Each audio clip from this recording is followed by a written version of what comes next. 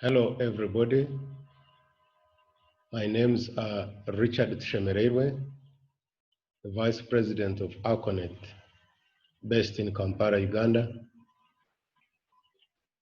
I take this opportunity to present to you the results of an investigation of lightning mass casualty incident at Mongoyo Primary School in Uganda. My partner in this investigation was Professor Mary Ann Cooper, the Managing Director of ACLENet, based at River Forest, Illinois, in the USA. The mass casualty incident at Mongoyo was an event that overwhelmed the local healthcare system, where the number of casualties vastly exceeded the local resources and capabilities in a short period of time. Mongoyo Primary School is in Yumbe district in northern Uganda, sometimes called West Nile region. It had about 900 students from grades 1 to 7, or what is called primary 1 to primary 7 in Uganda's education system. And the incident we're investigating took place in the morning of October 3rd, 2018, towards 8 a.m. 3 children were killed, 2 boys and 1 girl, ages 7 to 8, and more than 70 were taken to hospital. The methodology we used in our investigation included 3 steps. The first step was in the same month of incident, October 2018. A team was dispatched to carry out scene investigation for property damage, and none was found.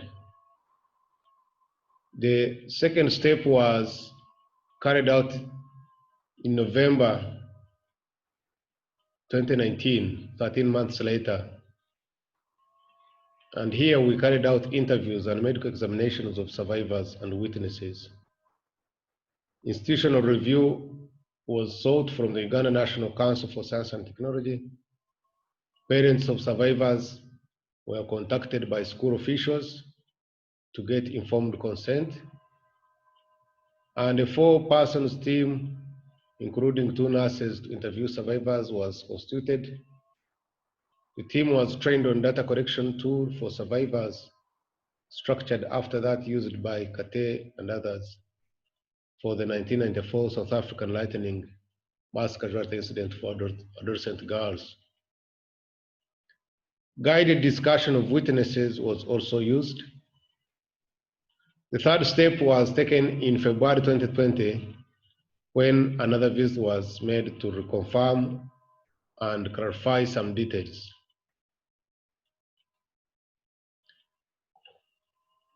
This picture shows the team, together with some teachers, 2 of them, at Mongoyo Primary School in front of one of the blocks. Ugandan schools are made of typically many 1-story buildings, and prior to start of classes, which is about 8 a.m., the learners sweep and clean inside and outside of classrooms. They play as they prepare for a school day.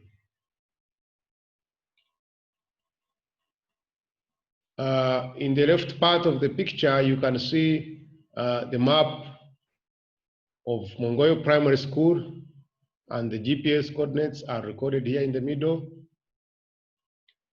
Mongoyo Primary School is composed of 5 classroom blocks. The 6th one is an administration block, Block A. On the fateful day, 3rd of October 2018, it was observed to be cloudy at about 7 a.m. 10 minutes later, light rain started.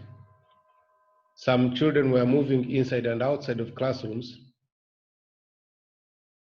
Younger ones outside playing in the rain. Later, towards 8 a.m., witnesses, who are the teachers who were on duty, reported lightning flashes. And it is in those moments that a powerful lightning bolt hit the school that resulted in the deaths and injuries. And the block that received this hit was block F on the right side of the picture map, as you can see in this slide. When we cross-checked this with GRD360, a lightning data set operated by Visor Inc., the first detected lightning in this area is at 7:30 East African time on that day, 3rd October 2018. And the last detected lightning in this area is at 9:13 East African time. So as you can see in this screenshot on the right part of the slide, the red dots represent clouds. The star black, the black stars represent positive discharges, and the square black boxes represent positive, rather negative discharges. So this GRD360 dataset confirms this lightning incident. It corroborates what the witnesses told our team. Majority of the injured students were in P1 to P3 classrooms and courtyard. These are the classrooms. P1 and P2 are in block F, P3 is in block E. And the epicenter of this bolt was in P2, here in the middle.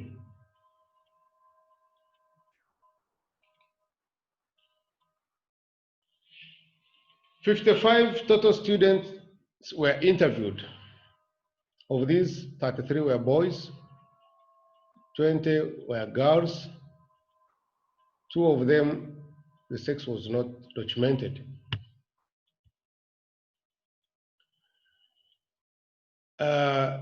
It was also confirmed that 3 children died, 1 girl and 2 boys, ages 7 to 8. All were inside classrooms. More than 70 were taken to hospital. Out of those, 24 were admitted for 1 day and 10 were admitted for 2 days because their condition was critical. Many were knocked to the ground, 12 of them suffering from paralysis, weakness, confusion, amnesia, and loss of consciousness, plus feelings of burning sensation or pain. 15 had burns. 7 of these children had, the burns were on hands. 3 of the children, the burns were on the trunk, and 5 had their burns on legs. 20 of the children who survived this incident have not returned to school, probably due to being disabled, and most probably because the parents consider the school to be cursed.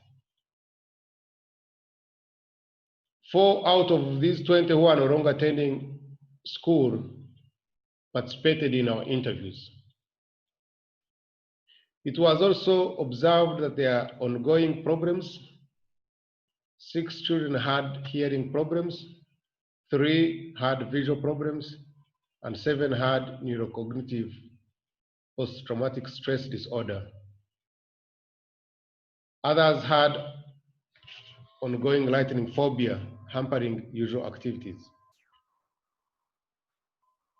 Discussion. This was a significant event, no doubt. The deaths and range of injuries are consistent with past studies. There was no physical damage to the school, and again, this was astonishing because in most incidents, there is damage to school property, but in this case, there was nothing. And all deaths were inside classrooms. From the testimonies of our respondents, it was determined that the mechanism of injury most probably was a ground current with the probability of an additional upward leader involved. There was chaos at the time of incident, combined with the fact that the investigation came 13 months later. You expect conflicting stories, and therefore it's important to appreciate the summary rather than crossing details. The witnesses, the teachers, the interviewers were not experienced with lightning injuries. This is the first attempt at investigating this kind of incident in Uganda. This reduced on the quality of the data that was obtained, but nonetheless, critical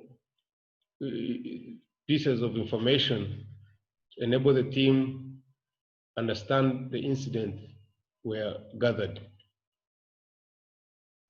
These were the lessons learned from this investigation: that the interviewers need more training, pre-test and pre-train with practice interviews. Stress field for all, that we need stagger sessions to allow for rest, to reduce on the stress for both the interviewers and the interviewees. Spot check results before releasing interviewee, and correct errors, catch missed data, improve interview techniques, etc. The questionnaire also needs improvement to be used consistently for each interview. And the investigation needs to be done sooner than later.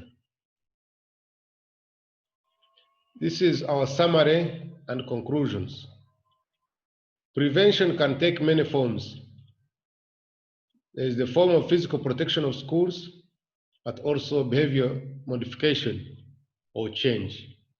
For example, in this case, it was really evident that there was lightning in the area, a thunderstorm, and children continued playing outside, moving in and outside of classrooms. The classrooms themselves were not protected, but even if they were protected, the children should have run to inside of the classrooms when the rain started, or even when the thunderstorm was detected in the area. We also conclude that investigation of incidents will improve the knowledge of mechanisms of injury, documentation of range of injuries suffered, and research questions into effective injury avoidance behaviors.